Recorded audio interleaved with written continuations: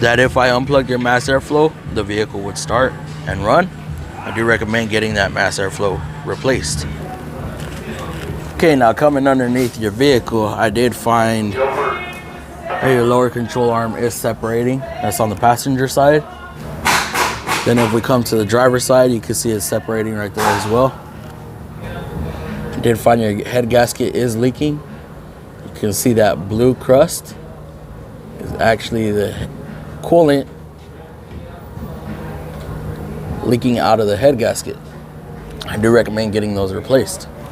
I did find that your front mount is weak. I do recommend getting that replaced as well.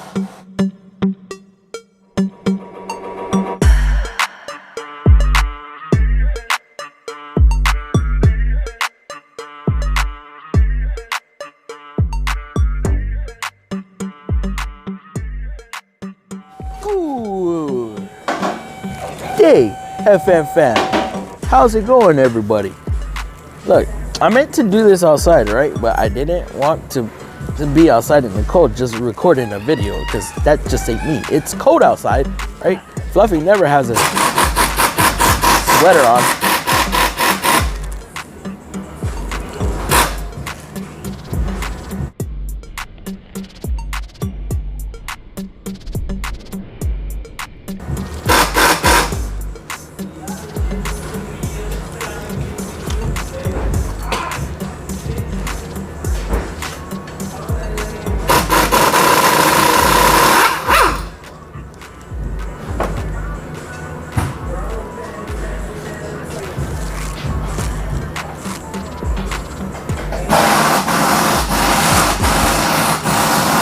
Anyways, yeah, so we got this car. I located to.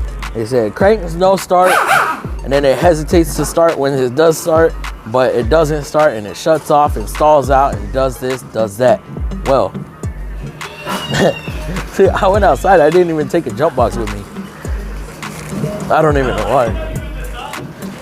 So I was like, okay, let's see what's going on. Oh, let me let this down. So it took me nothing but a couple seconds to get this vehicle diagnosed, even though it doesn't seem like it. But I walked out there, okay,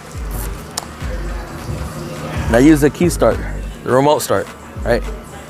So lock, beep, beep, remote start, and it started up and then it stalled out. It died. I was like, what?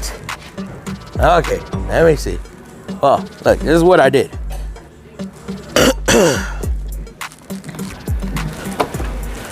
And after that, I got in here, right? And I went, let's see.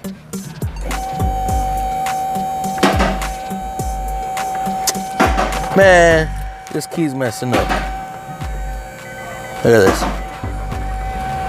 Starts up, and stalls out. I'm like, what? Starts up, stalls out. I go, okay, I ain't doing this. Okay.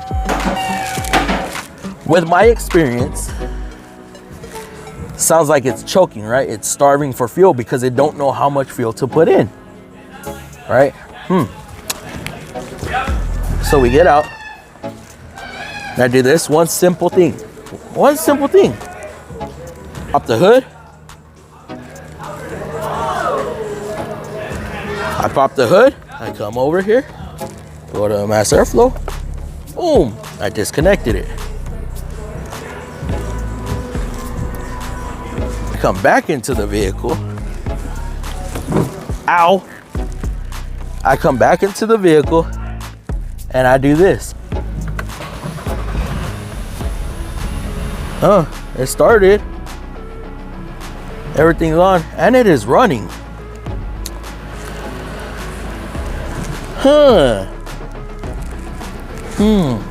What does it need? I think it needs a mass airflow. And guess what?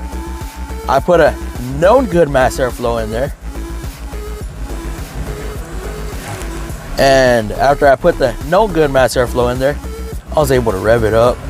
I was able to do all sorts of things that you're supposed to be able to do. Okay. And then I scanned it and found all sorts of codes for this. So then once we have our diagnosis, Then we do our inspection, okay? And when I did my inspection, I am telling you,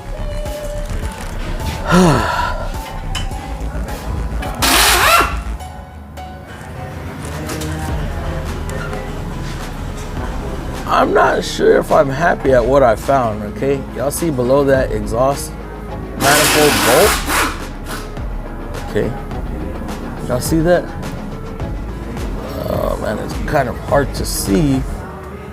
Let's see if I can use a different source of light. So yes, guys, I recommended head gaskets. I recommended the mass airflow. It needs control arms.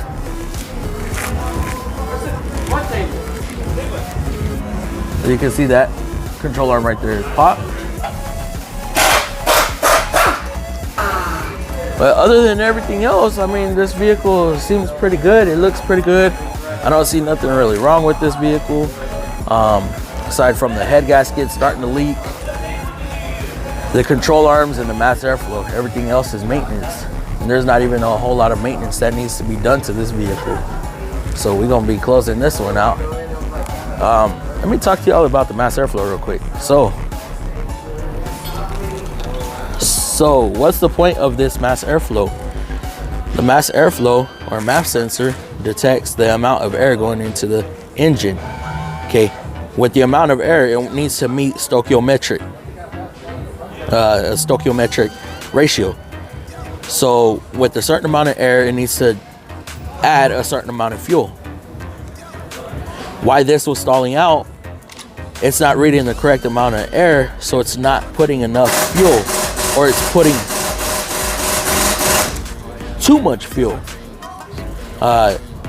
So that's why the engine was stalling, and when I disconnected it, now it goes into like the fail-safe.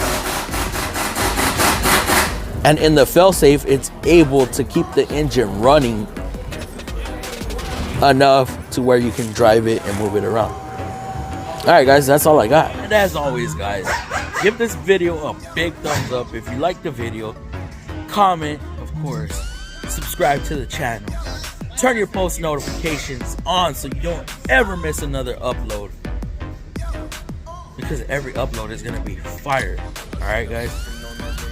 Also, links in the description below for the tools and equipment that I use to make YouTube videos and that I like to use when working on vehicles.